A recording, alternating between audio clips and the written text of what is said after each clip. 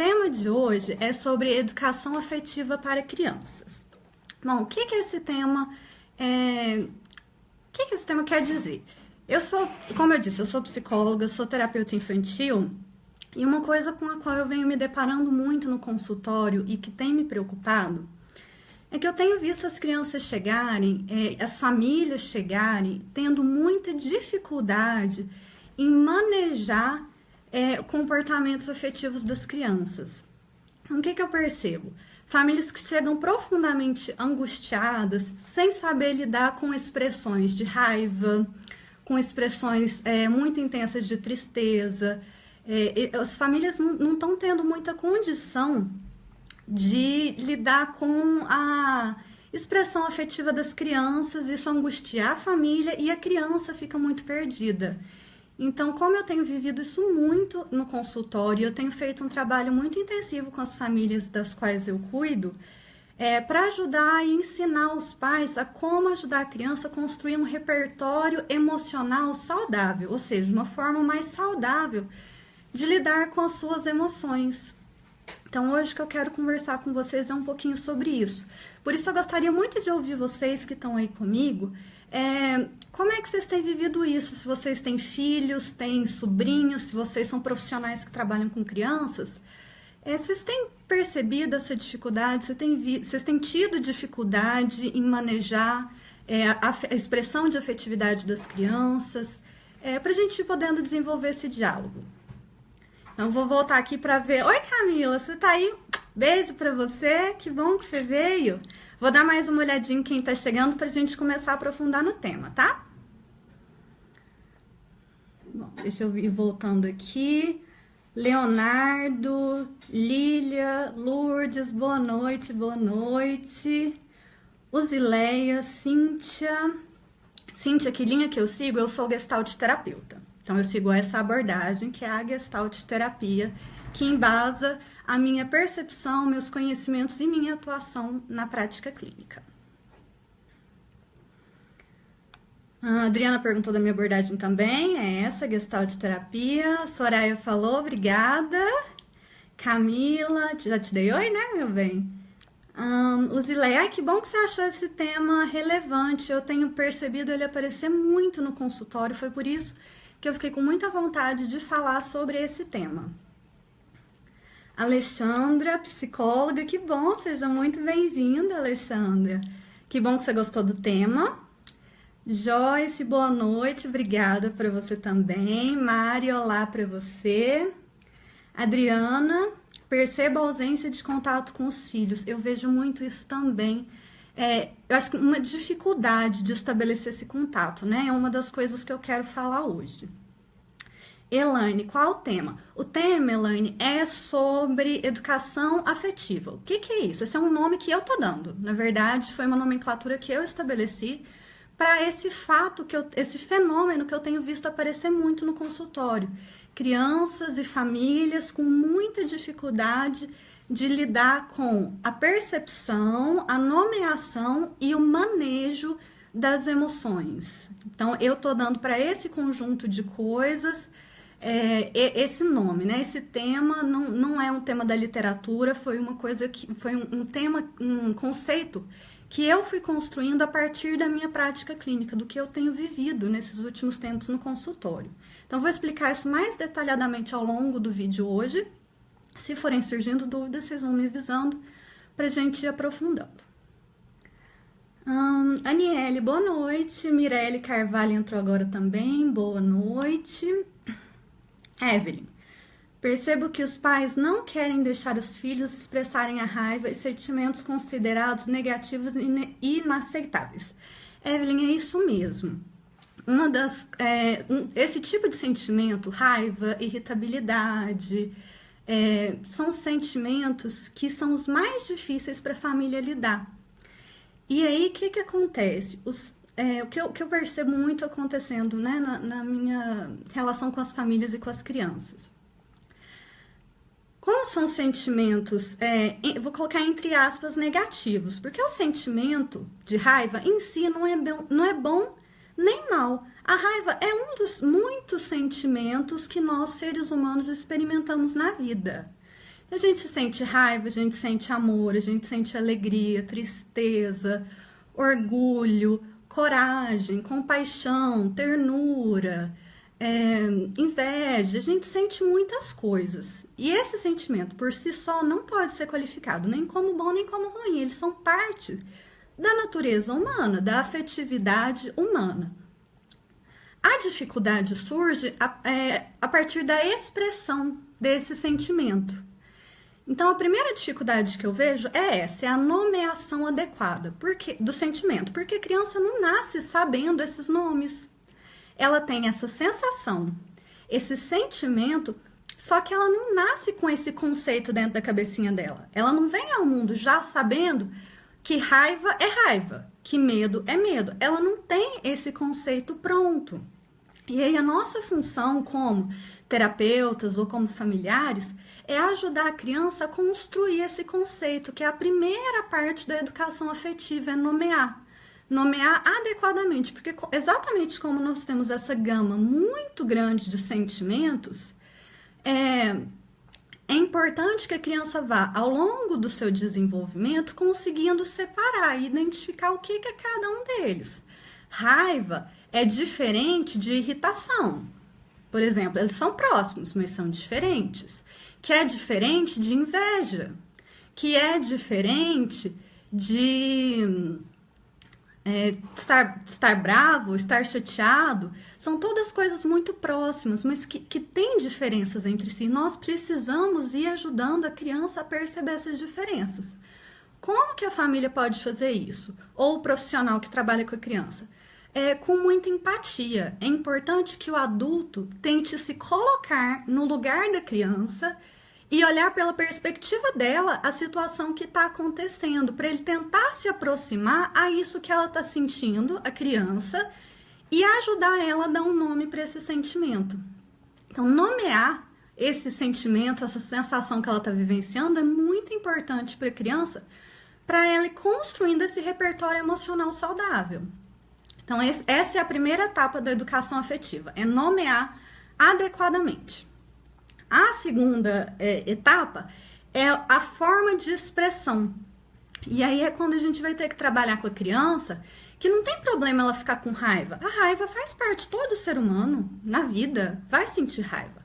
Agora, que jeito que ela vai expressar? Ela pode ficar com raiva do irmãozinho que tomou o brinquedo dela, é legítima a raiva, a emoção é legítima agora. Ela bater no irmão por isso é uma expressão inadequada do sentimento. Então, nós vamos ter que ajudar essa criança a expressar a raiva de uma forma mais adequada, mais saudável. E isso é o que eu chamo de manejo, que é a terceira etapa da educação afetiva. Então, é a gente ajudando a criança a construir cada vez formas melhores, mais saudáveis e mais adequadas de expressar esses sentimentos. Porque aí ela vai ter que aprender a fazer esse manejo ao longo da vida, assim como todos nós fazemos. Nós adultos, por exemplo, quando ficamos chateados com o nosso chefe no trabalho, a gente sabe que nós não podemos brigar com ele. Ou até podemos, né? Embora isso vai ter uma série de consequências. Mas a gente aprende a manejar nossos sentimentos de uma forma adequada. Só que muitas vezes o que eu vejo é que a gente vai aprendendo isso aos trancos e barrancos e de forma muito sofrida ao longo de uma vida toda. E aí eu fico pensando, sabe, Evelyn, que se a gente puder proporcionar isso para a criança desde cedo, ela vai ter condição de crescer de uma forma muito menos sofrida. Ela vai ter condição de lidar com a própria afetividade de uma forma mais saudável. O que você acha? Essa é a proposta que eu estou fazendo, é essa tese que eu vim defender aqui hoje, que é o que eu tenho trabalhado com as minhas famílias.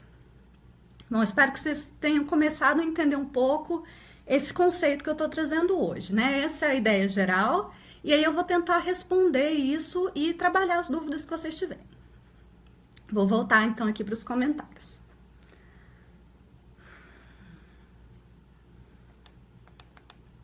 Viviane, tenho um filho de 6 anos e sempre deixo ele se expressar e tentamos resolvê-los juntos.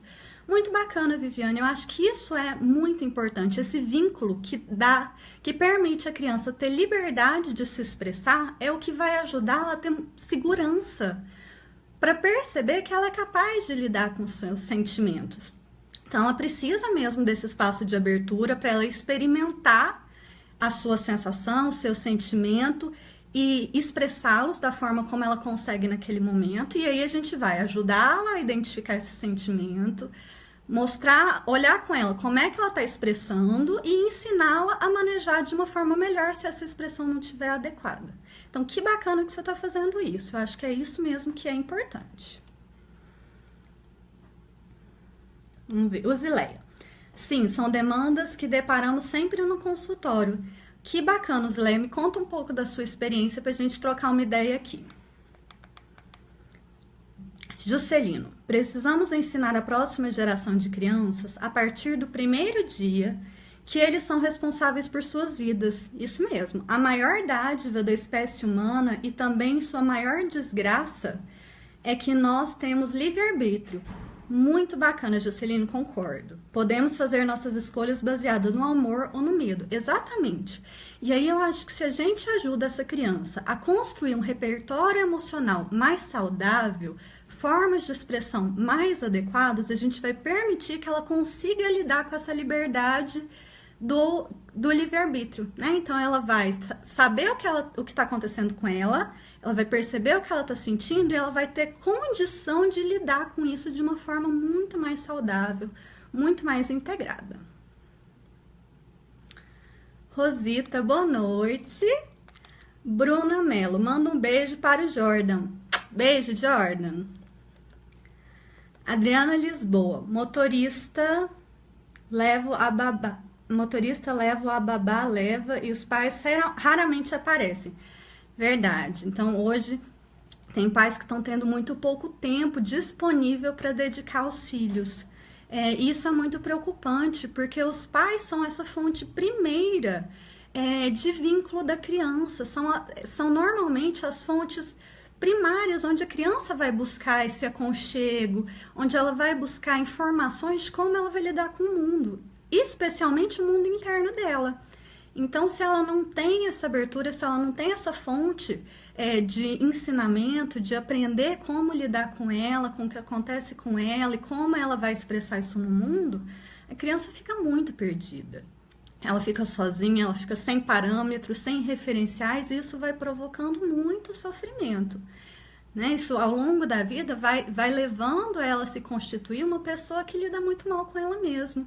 Então, é muito ruim quando a criança não tem uma figura de apego, uma figura que vai proporcionar para ela esse contato, esse vínculo que vai permitir, que vai ajudá-la a construir a sua relação com o seu mundo interno. Então, é muito ruim mesmo quando falta, né, essa figura. Elaine, show, obrigada, que bom que você está aí. Jéssica, boa noite, tema muito interessante, que bom que você está gostando. Manda aí sua dúvida, seu comentário, eu quero te ouvir também. Mirelle, boa noite para você. Ricardo Tomás, existe um limite afetivo e afetivo na educação do tio, da tia para com o sobrinho? Ricardo, deixa eu ver se eu entendi a sua pergunta. Você está perguntando se você pode estar envolvido com o seu sobrinho ou sobrinha? Claro que pode. Você pode ser uma dessas pessoas, uma dessas figuras de apoio emocional para essa criança.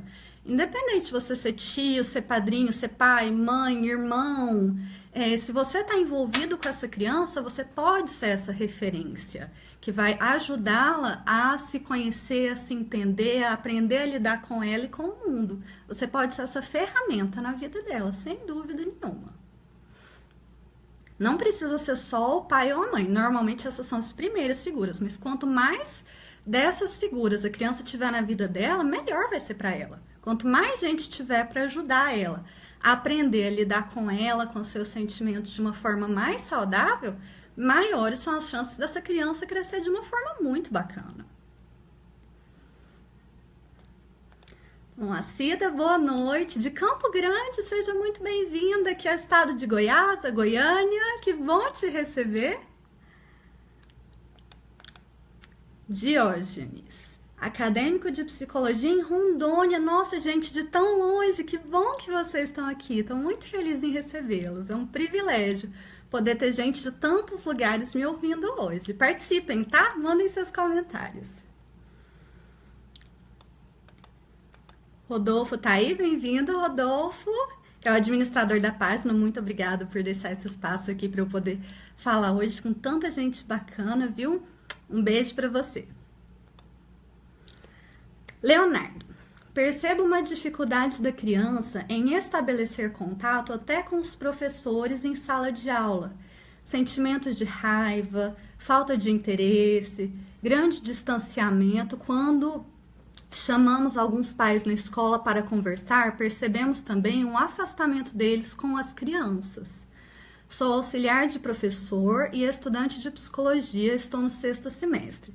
Nossa, Leonardo, que bacana que você está no curso, está envolvendo, né? É um curso maravilhoso, eu sou suspeita para falar. Obrigada por compartilhar comigo a sua experiência. Então, isso é o que eu tenho visto muito no consultório, né? Esse distanciamento. Eu acho que a nossa cultura hoje, a nossa sociedade do jeito que ela está estabelecida, ela não favorece mesmo esse contato, essa vivência, esse vínculo de proximidade, que é o que nós estamos propondo aqui. Porque para que essa educação afetiva, nesse modelo que eu estou propondo, aconteça, ela necessita de muita presença, muito engajamento, muito investimento afetivo das figuras parentais, ou dos tios, ou do professor, enfim, de quem for estabelecer esse tipo de vínculo com a criança. Não tem jeito de se propor a fazer essa educação afetiva se eu tô ali depois do jantar no tablet, ou no celular, ou no Facebook, ou no WhatsApp, e eu ponho meu filho para assistir a Galinha Pintadinha para eu poder descansar um pouco. Embora eu entenda que o pai às vezes chega de um dia tão longo, tão cansado, exausto do trabalho, cheio de preocupações, então eu entendo o cansaço, às vezes a gente está pouco disponível mesmo, mas não tem jeito. Se você quer criar um vínculo de intimidade, de parceria, de aliança afetiva com seu filho, com a sua filha, com seu cliente no setting terapêutico, com seu aluno, isso só é possível mediante a muita presença, muita disponibilidade. Então eu entendo que a nossa sociedade, do jeito que ela se configura hoje, ela não favorece esse tipo de vínculo. Mas aí, se você, como pai, mãe, professor, terapeuta, se você quer estabelecer esse tipo de vínculo, você vai ter que fazer esse esforço, esse engajamento. E aí, esse é o grande convite hoje, né? Eu acho que nós, profissionais dessa área, precisamos ajudar as pessoas, despertar as pessoas, as famílias. Se eles querem ter esse tipo de vínculo, nós precisamos ajudar, nós precisamos dar esses caminhos e fazer esse convite. Eu acho que é isso, né? Hoje é isso que eu tô querendo propor aqui para vocês. E se vocês acharem que faz sentido na sua prática clínica, na sua prática na escola ou na sua família, é uma reflexão que tem que começar com você terapeuta, com você pai, com você professor. Começa com a gente, somos nós que vamos ser catalisadores para a criança, não é o contrário. Porque somos nós que temos um maior repertório afetivo, somos nós que temos uma maior quantidade de recursos para ensinar. Então, nós precisamos tomar a frente nesse caminho. Nós precisamos estar abertos e disponíveis para construir esse vínculo com a criança. Célia, bem-vinda, boa noite. Que bom que você gostou do tema. O que vocês estão achando? Luciano, parabéns, você está linda, doutora. Obrigada, gente. Esse é meu marido, que está aqui no quarto assistindo. Muito obrigada, viu, meu bem? Beijo para você. Raquel, desisto de acompanhar hoje, o sinal tá horrível. Ai, que pena, Raquel, que não deu para você participar. A live, quando ela terminar, ela vai ficar disponível na página do Mais Psicólogos, vai estar disponível também na minha página do Facebook, que vocês podem me adicionar, me seguir. Fiquem muito à vontade para enviar essa solicitação. E o vídeo vai estar lá depois do encerramento, vocês podem entrar e assistir outra vez, ok? Adriana, concordo. Ok, que bacana. Paulo, boa noite para você. Miriam Santos. Sou professora e tenho formação em psicologia. Mesmo assim, fica bem difícil compreender certas emoções nas crianças. Há uma praxe de se negar determinadas emoções e as crianças se mostram cada vez mais agressivas em sala de aula. Creio que por não poderem se expressar adequadamente para os pais. Então, Miriam, isso é o que eu tenho percebido. O que vai acontecendo com a criança quando ela se vê impedida de expressar essas emoções? Como, por exemplo, a raiva, que é um sentimento muito difícil de ser tolerado, por exemplo, para os pais, para os professores. É muito difícil suportar, perceber uma criança que está com uma energia muito forte de raiva. E é difícil mesmo, né? Eu entendo que nós, como adultos, precisamos ter muita continência afetiva para poder receber essa carga emocional. Então, se nós não temos essa disponibilidade e a gente repreende a criança por estar se sentindo com raiva, ela vai entendendo que ela não tem permissão para sentir raiva. E isso é muito ruim, porque, como eu disse, a raiva é uma das muitas emoções humanas que todos nós temos. E aí, à medida que a criança vai crescendo e repetidamente ela vai percebendo que ela não pode expressar a raiva, a criança passa a alienar essa parte dela. O que é isso? É como se ela fosse isolando esse pedaço. Ela vai reprimindo essa raiva e vai alienando, vai isolando e separando esse pedaço. Então, é como se um ser humano bacana, adequado, não tivesse permissão para sentir raiva. E olha que difícil isso. Porque como é que é possível viver sem sentir raiva? Não é possível. Então, se a gente fala para a criança, olha, você não pode sentir raiva, você não pode ficar brava com a mamãe, porque a mamãe te ama, a criança vai, com o tempo, né, isso acontecendo várias vezes, a criança vai entendendo assim, nossa, então, se eu sinto raiva da minha mãe, que me ama, eu sou uma pessoa muito má. Eu sou uma pessoa muito horrível. Então, ela vai se percebendo como um ser degenerado, como um ser inadequado, porque ela sente raiva de uma pessoa que ela ama. Agora, deixa eu perguntar para todos vocês que estão assistindo. Vocês nunca sentiram raiva de alguém que você ame? Eu já senti, eu sinto, todos nós sentimos. Então, o problema não é a raiva, o problema é como ela manifesta. Se a criança manifesta essa raiva batendo, gritando, destruindo, machucando o outro, a expressão está inadequada, o sentimento não. Nós precisamos aprender a validar o sentimento da criança. Então, o que eu costumo trabalhar com os pais quando eu vou ensinar a educação afetiva? Olha, meu filho, você está com raiva da mamãe? Ok. Então, você ter raiva não tem problema. Só que o jeito que você está mostrando essa raiva, batendo na mamãe, xingando a mamãe, mordendo, isso não é legal. Então, de que outro jeito, meu filho? Vamos combinar. De que jeito que nós podemos fazer quando você estiver com raiva da mamãe? Você pode fazer esse acordo com seu filho. Só que é importante que você não desmereça, que você não proíba, que você não permita que ele sinta raiva, porque ele vai sentir muitas e muitas vezes ao longo da vida. E ele entender que ele é estranho ou esquisito ou inadequado porque ele sente raiva, provoca um grave adoecimento emocional na criança. Esse é o processo de alienação e é isso que nós precisamos evitar de acontecer. Cada sentimento, por mais difícil, por mais intenso, por mais doloroso que ele seja para a criança ou para a família, o sentimento precisa sempre ser validado.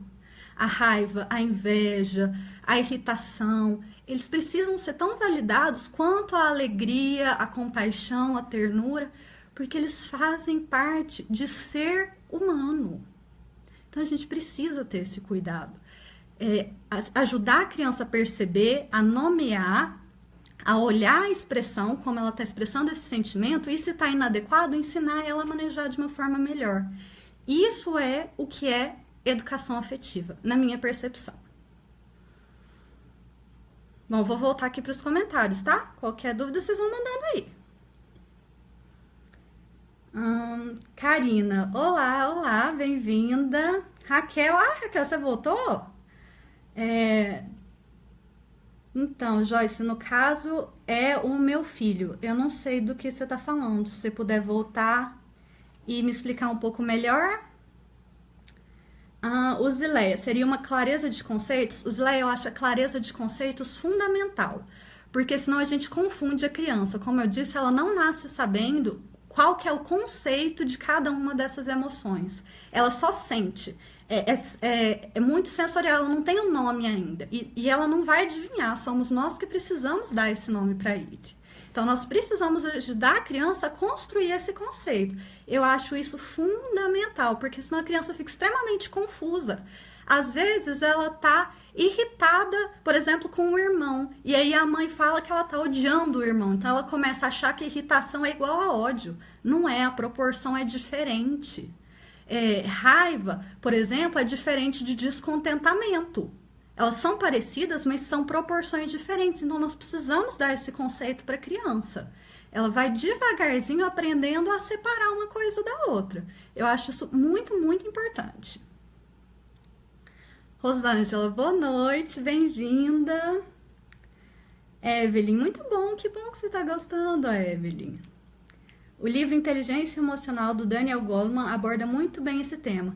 Bacana, então, eu sei que ele tem esse livro, né, muito joia isso, eu acho que nós precisamos conversar sobre isso, muito em relação à dimensão infantil a crianças, porque eu acho que se a gente prepara essa criança desde pequena,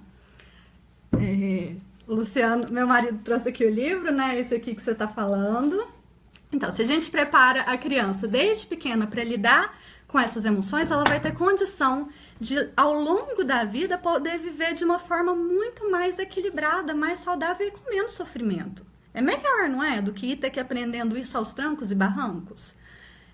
Porque na minha experiência foi assim, eu acho que para muitos de vocês também. Agora, a gente pode proporcionar essa vivência de uma forma um pouco mais suave, menos sofrida para as nossas crianças, né? É esse projeto que eu estou defendendo. Acho que as pessoas não precisam sofrer tanto para lidar com o seu mundo interno. Se a gente começa a ensinar isso para elas desde cedo, elas podem ter uma vivência de lidar com esses sentimentos de uma forma muito melhor. Maria José, boa noite, seja bem-vinda. Alcione também. Meu marido tá aqui de novo, Coruja, né? Parabéns pela abordagem, obrigada, meu bem. Isis Silva, qual é a sua abordagem? Minha abordagem é Gestalt terapia, tá, Isis? Abordagem gestáltica. Magali Teixeira, muito importante, ao meu ver, é fazer com que a criança, ao expressar sua afetividade, seja positiva ou negativamente, sentir-se aceita, amada e compreendida, para assim crescer de forma saudável. Isso mesmo. Magali, concordo absolutamente com o que você está dizendo. A criança precisa se sentir muito respeitada no que ela está sentindo. Porque independente da causa, né, o que está deixando ela magoada, ou entristecida, ou enraivecida, a criança tem direito de sentir o que ela está sentindo. Porque ela já está sentindo isso e quem somos nós para dizer para ela o que ela tem direito ou não tem de sentir? Então, ela precisa ser respeitada no que ela está sentindo. E ser ensinada a lidar com isso. Esse é o nosso papel, eu entendo, né? O de ensinar a criança a lidar com o que está acontecendo com ela. Do contrário, ela pode fazer uma leitura prejudicial ao seu desenvolvimento, exatamente. Ou seja, se cada vez que se expressar for reprimida, criticada, fará com que se sinta rejeitada e isso levará a negar-se a si mesma. Isso mesmo, Magali, foi exatamente o que eu falei agora há pouco, né? Eu acho que a sua leitura é muito compatível com o que eu estou dizendo. Eduardo, minha linha de abordagem é a Gestalt terapia, ok? Geice Santos. Oi, Geice, sorriso do Mato Grosso. Nossa, muito bem-vinda. Que bom que você está aqui com a gente. Ricardo Tomás. Se existe algum limite que não interfira na educação que o pai ou a mãe dá? Ricardo, faz assim, que você me mandou aquele recadinho agora há pouco. Me diz o que está acontecendo para ver se eu consigo te ajudar um pouco mais, que está um pouco confuso, está faltando informação para eu entender o que você precisa. Você está me falando de um sobrinho seu, porque você falou de sobrinho, né? Se você está preocupado em interferir na educação que os pais estão promovendo, é isso? me conta um pouquinho da sua história, se for possível, para eu poder ver se eu consigo te orientar, ok?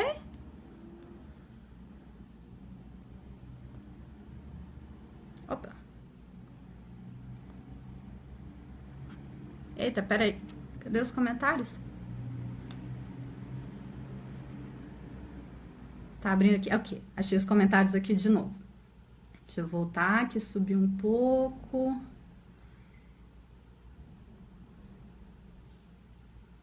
Problemas técnicos. Espera aí, só um minutinho. Ah, achei aqui. Eduardo perguntou minha abordagem. Geice lá do Mato Grosso. Célia, gostei de ser tia. Que bom, Célia, que você gostou. Como é que tá sendo a sua experiência de ser tia? Você quer me contar um pouquinho?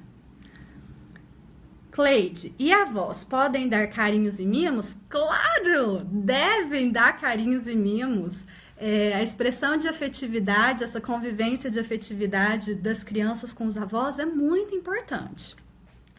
Agora, de repente, o que precisa ser conversado na família é como é que vocês lidam com limites, porque uma coisa que eu vejo acontecer muito é que, por exemplo, às vezes existem certos limites determinados pelo pai e pela mãe que quando chega na casa do vô e da avó, pode fazer tudo. Aqueles limites desaparecem. E isso pode ser um pouco confuso para a criança. Talvez seja importante a família negociar que limites que são fundamentais de serem mantidos e quais limites podem ser negociados, né? Possível ceder ou não. E, de repente, orientar isso para a criança. É uma das coisas que eu trabalho com essas famílias. Olha, nós vamos explicar para o João, por exemplo, que na casa do papai e da mamãe, depois do jantar, ele não pode mais jogar videogame. Isso é uma regra da casa. Na casa do vovô e da vovó, ele pode jogar videogame 30 minutos depois do jantar. A regra pode ser diferente, só que ela precisa ser clara para a criança. O que não pode é ser de um jeito lá, um jeito de cá e ninguém explica nada. Aí a criança fica confusa. Então não tem problema terem regras diferentes, embora eu acho que seja muito importante ver essas regras que os pais fazem muita questão, né? Porque às vezes isso é muito importante, os pais ficam chateados quando algumas regras que eles entendem serem muito fundamentais não são respeitados. Então, esse diálogo entre os familiares eu acho importante. Acho que podem ter também essas regras diferentes, só que tudo isso precisa ser explicado para a criança. Igual eu disse, ela não nasce sabendo de nada disso. Somos nós que temos que dar esses conceitos para ela. Isso eu acho fundamental.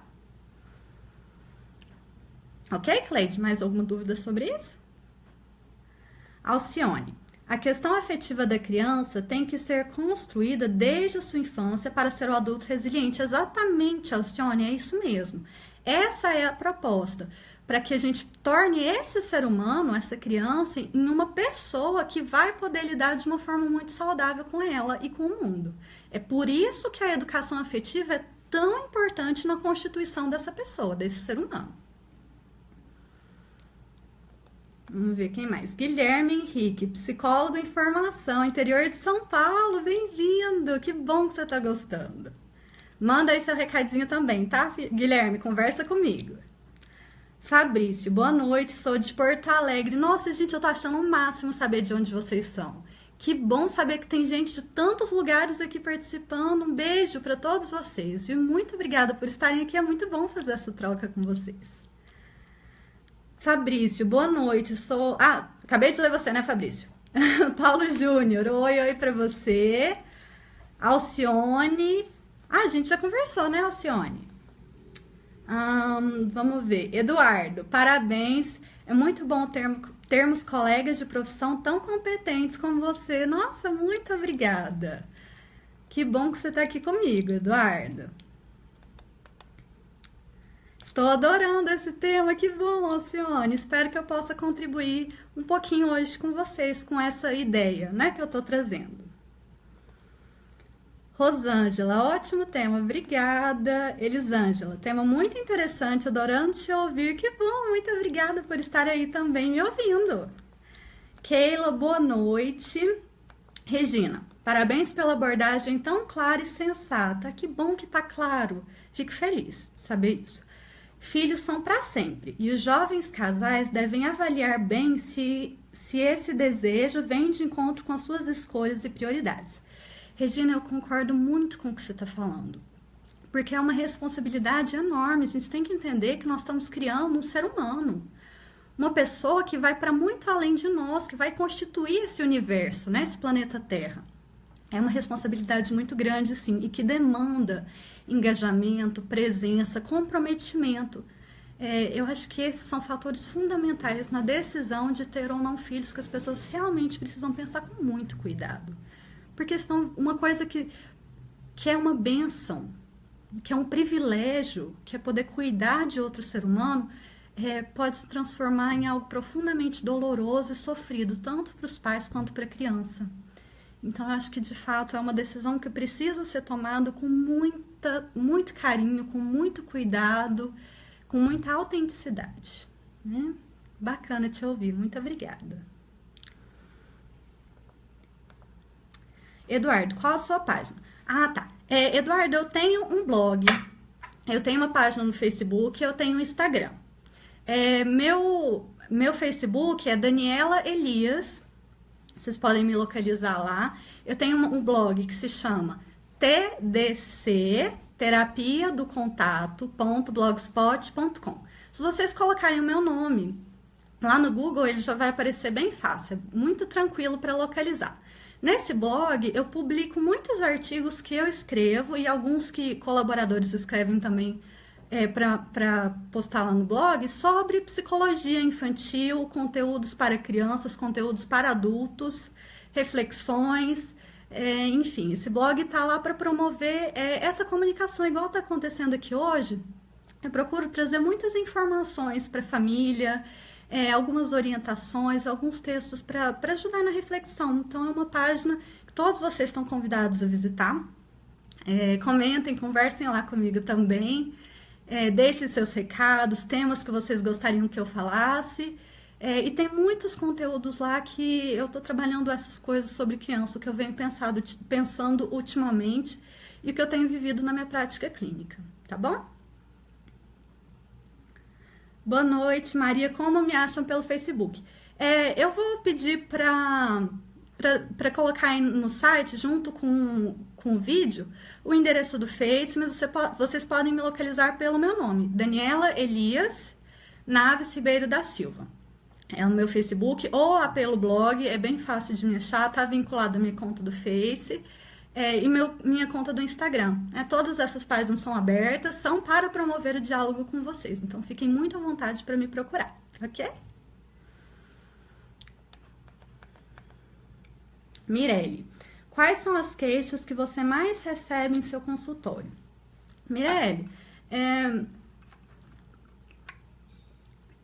tem queixas de todas as naturezas. Um tema muito recorrente que aparece para mim são crianças que têm dificuldade em lidar com agressividade.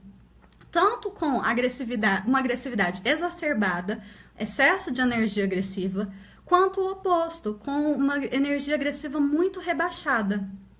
Então, são crianças muito tímidas, medrosas, com dificuldade de enfrentamento às diversas situações da vida. É uma queixa muito recorrente lá no consultório.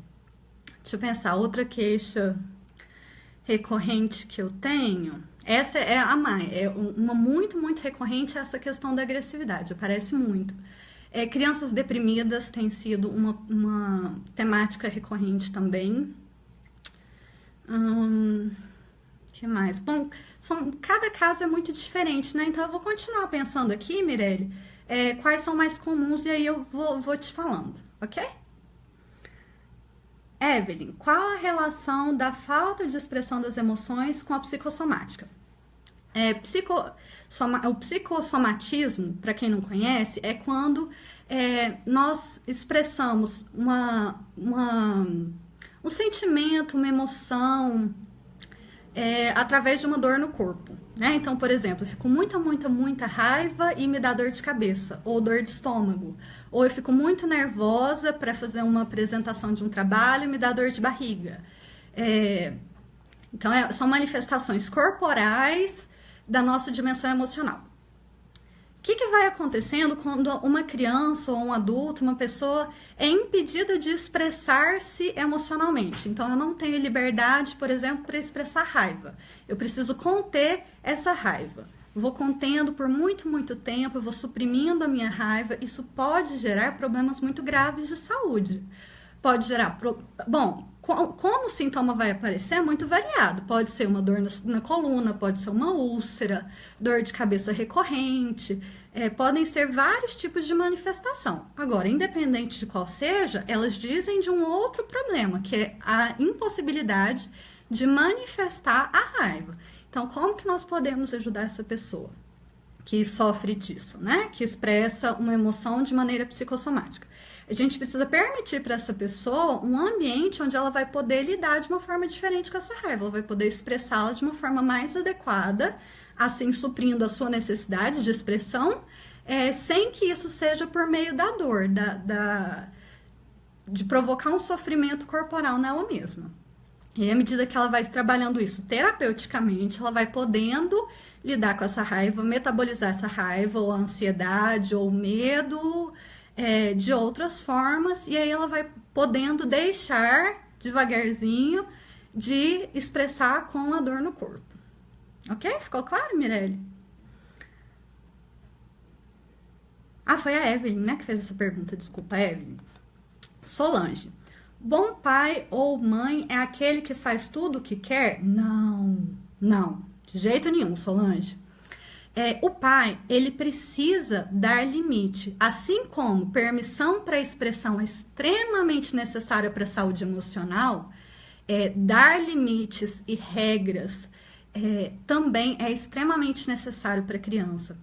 Porque ela precisa das duas coisas. Ela precisa de liberdade para experimentar e se expressar, mas ela também precisa se sentir segura. E ela se sente segura quando o pai e a mãe dão limites, quando dão contornos, o que é permitido, o que não é. Bater, se machucar ou machucar o outro quando você está com raiva, não é permitido. Por quê? Para a segurança da criança e para a segurança do outro.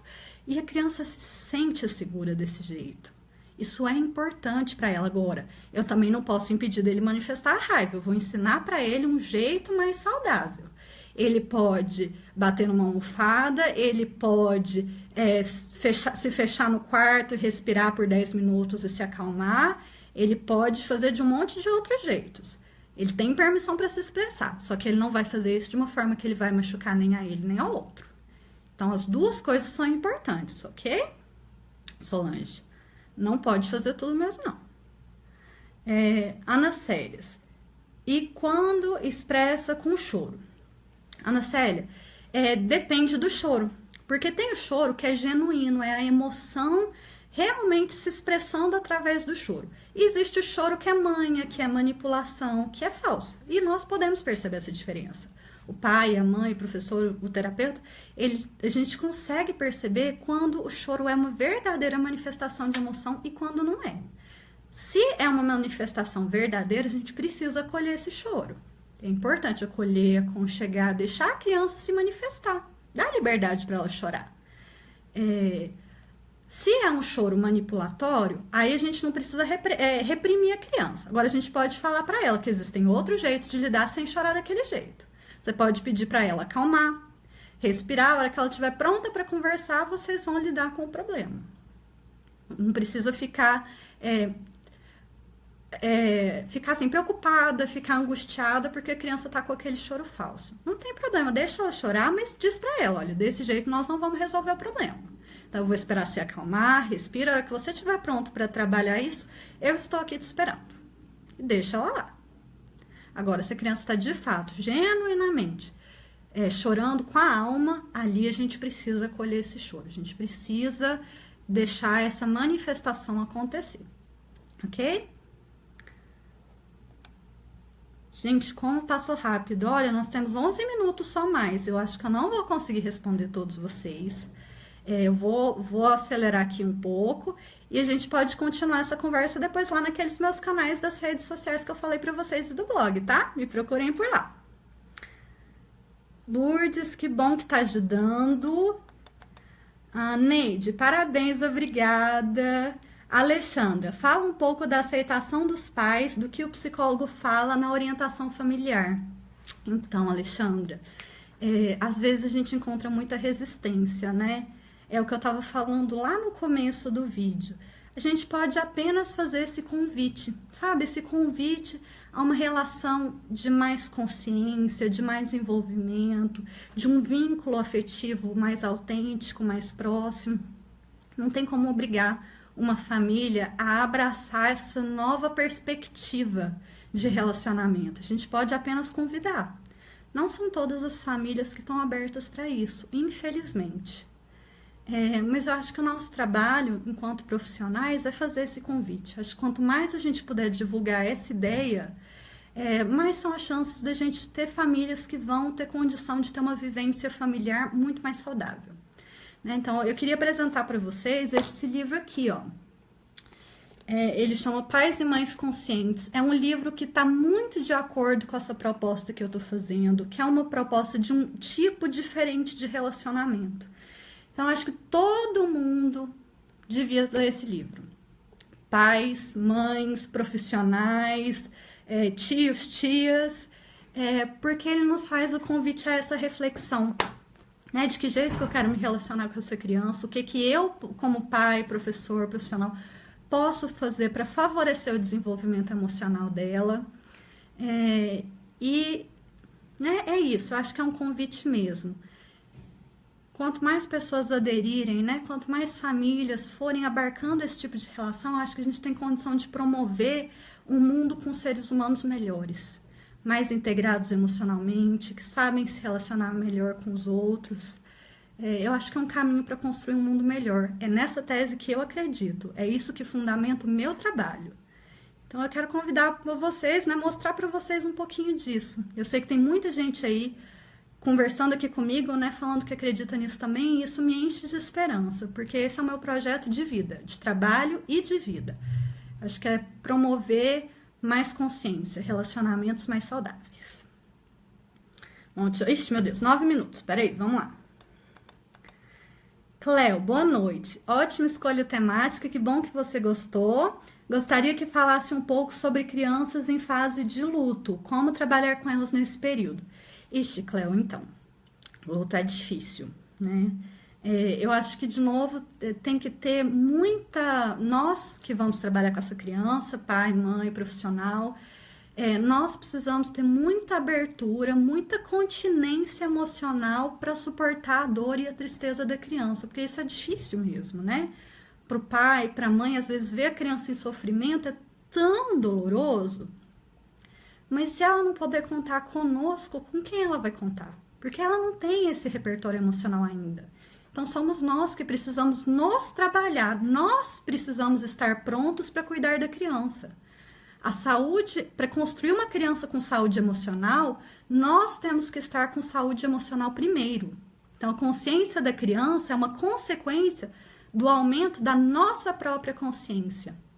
Então, se você, pai, mãe, quer ter um filho com saúde emocional, isso só vai ser possível se você primeiro cuidar da sua saúde emocional, porque é com você que ele vai aprender. Então, cuide de você, cuide da sua saúde emocional, e assim você vai poder ensinar para ele a ser uma pessoa que também tem saúde emocional. Bom, deixa eu ver. Bárbara, boa noite, sou psicóloga, acho muito rico esse tema, pois percebo que hoje em dia os pais não têm essa paciência para escutar e observar os filhos. Exatamente. Então, é uma crise que nós estamos tendo hoje, né? Os relacionamentos humanos estão em crise, cada vez pior, cada vez mais adoecidos. Então, de novo, esse é um convite que eu estou fazendo para a gente construir um novo tipo de relação, um novo paradigma, para que a gente possa ter seres humanos melhores, mais saudáveis, menos adoecidos, porque a nossa sociedade hoje está, infelizmente, muito adoecida, né? O modelo de relacionamento é muito adoecido. Célia, amei sua orientação, que bom, meu bem, fico feliz. Ana Célia, meu filho tem TDAH e expressa todas as emoções com choro. Ana Célia, eu não sei se você viu o começo do vídeo. A proposta da educação afetiva é, primeiro, ajudar ele a nomear, diferenciar as emoções. Segunda, analisar a expressão. Se ele está expressando só com choro, isso está inadequado. Então, é o terceiro passo, que é o manejo. A gente precisa ajudar essa criança a construir outras formas de manifestar suas emoções. Então, a minha indicação é terapia, tá? Então, procura um profissional. Se você for aqui de Goiânia, eu estou à disposição para te receber. Mas a gente precisa cuidar do seu filho para ajudar ele a encontrar outras maneiras de expressar o que ele sente sem ser só com o choro. Jusemar, boa noite. Luan, se eu soubesse isso quando criança, talvez minha realidade hoje seria outra. Eu tenho certeza, Luan. Faz toda a diferença, é o que eu vejo diariamente no meu trabalho. Uma criança que aprende a ter esse repertório emocional, ela cresce diferente, ela é diferente na vida. Então, por isso que eu tô clamando e que eu tô divulgando essa tese. Nós precisamos ajudar as crianças cada vez mais para a gente ter pessoas, adultos, adolescentes cada vez mais saudáveis. Adriana, minha filha sempre chora quando digo não para qualquer coisa. E ela tem 7 anos. Adriana, então nós precisamos lidar com a expressão e manejo desses sentimentos da sua filha. Precisa de terapia, tá? Para ajudá-la. Se você quiser, estou aqui à disposição. Procure um profissional para te ajudar. Ok? Luciana, boa noite. Minha filha tem medo de tudo. Não toma banho sozinha, não anda pela casa. Ela tem 11 anos. Luciana, não sei se você viu. Eu estava falando agora há pouco sobre agressividade. Crianças com um nível muito baixo de agressividade costumam ser muito medrosas. E o medo é uma emoção que ela é um pouco difícil de trabalhar mesmo. Ela é muito profunda, tem raízes muito profundas. Então, para melhorar isso é terapia. De repente, vamos olhar, né? Como é que de repente um outro profissional talvez não tenha dado tempo ainda. Vamos investir em cuidar dela, porque é um trabalho difícil, é um trabalho delicado trabalhar com medo. E é super importante, né? Porque, imagina, hoje ela tá com 11 anos, como é que ela vai viver isso, esse medo, ao longo dos próximos 5, 6, 10, 15, 20 anos da vida dela? Então, não tarde a procurar alguém para ajudar, ok? Estou à disposição.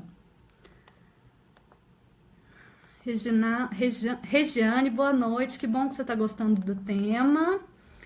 Temos mais 3 minutos, hein? Jennifer, boa noite. Tenho depressão profunda, vivo isolada e não saio de casa. O que posso fazer para isso não afetar o meu filho? Jennifer, o que você pode fazer é cuidar de você, minha linda. Em primeiro lugar, o que você precisa fazer é cuidar de você. Nós precisamos te ajudar a construir um repertório emocional de mais saúde para o seu filho poder aprender isso com você, ok? Então, essa é uma lição importantíssima que você está dando para ele. Procure ajuda, procure alguém que possa cuidar, né, junto com você disso que está acontecendo, e assim você vai ensinar para o seu filho que diante da dificuldade nós precisamos procurar alguém para nos ajudar. Isso é muito importante, ok? Aline, me ajuda por favor. Vou tentar, Aline. Minha filha não obedece, é muito levada. Tem dificuldade de aceitar limites. Busco diálogo, mas não vejo resultado. Ok, Aline, 6 anos, né? Bom, Aline, a gente precisa ver como é que você está colocando esse limite. Se ele está sendo colocado de uma forma adequada, isso é uma coisa que é importante ser observada. E a outra ver como é que ela lida com isso, com o limite, né? Então, qual que é a tolerância dela para frustração, para obediência, enfim. De repente, talvez precise trabalhar isso numa terapia, para ajudá-la a lidar melhor com frustração e, de repente, para o profissional poder te orientar também melhor com maneiras, estratégias de colocar esse limite para que ela possa escutar isso de uma forma melhor, ok? Gente, o tempo está acabando, faltam só 2 minutos. Ai, meu Deus. Vamos lá, vou tentar ver quem mais aqui eu consigo responder. Tiago, gostaria de saber sua opinião sobre o porquê de haver uma diferença tão grande no número de psicólogos em relação a psicólogas. Tiago, não sei. Curiosa essa sua pergunta. De fato, existe um número muito maior de mulheres na profissão do que de homens. acho que existe uma tradição um pouco social, né? Uma questão social que esse cuidado da dimensão afetiva está mais ligado ao papel feminino do que masculino. Mas isso em nada impede que um homem seja extremamente habilidoso em cuidar da dimensão da afetividade humana. Eu acho que tem muito a ver com essa questão da tradição. Ainda é um pouco um tabu social isso, né? Sheila, sou de Maricá. Que bom, seja bem-vinda. Ó, que legal que o Cacau falou. Foi o que eu disse mesmo. Jennifer, você precisa procurar ajuda. Se ajudando, você está automaticamente ajudando seu filho a não se afetar. Isso mesmo, Cacau. Ângela de São Roque, São Paulo. Que bacana que você está aqui. Ah, Cacau é psicóloga. Ó, que legal. Bem-vinda, do Rio de Janeiro. Ana Célia, estudante de psicologia. Estou amando o tema. Que bom. Um beijo para você. Ai, de Goiânia. Ai, que bom, sou daqui também. Lara, ai, que bom que você entrou. Beijo pra você. A Lara é a minha terapeuta. Que honra ter você aqui me assistindo, minha linda. 1000 beijos, viu?